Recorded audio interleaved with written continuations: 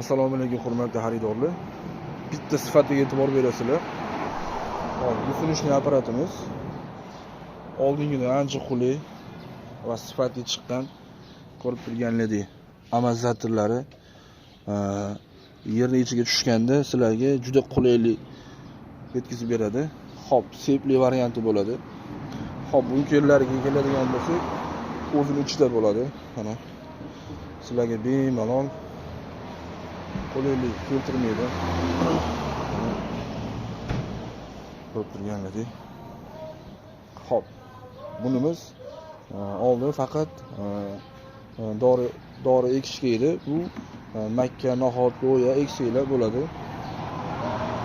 Hop, razmerlar siljida 60, 70, 90 ga har xil razmerga qo'yib, bemalol qo'yib ishlasanglar bo'ladi. Hop, yoqilg'isi bersin 1 soatiga 700-750 gram rasxod qiladi. Benzin borki 3 litrlik bo'ladi. Seplarga bitta e'tibor berasizlar. Baholasi chiroyli, juda zo'r ishlangan. Kimga shunaqa texnika kerak bo'ladigan bo'lsa, bemalol pastdagi raqamlarga telefon qilasizlar. Chotki narxda yetkazib beramiz.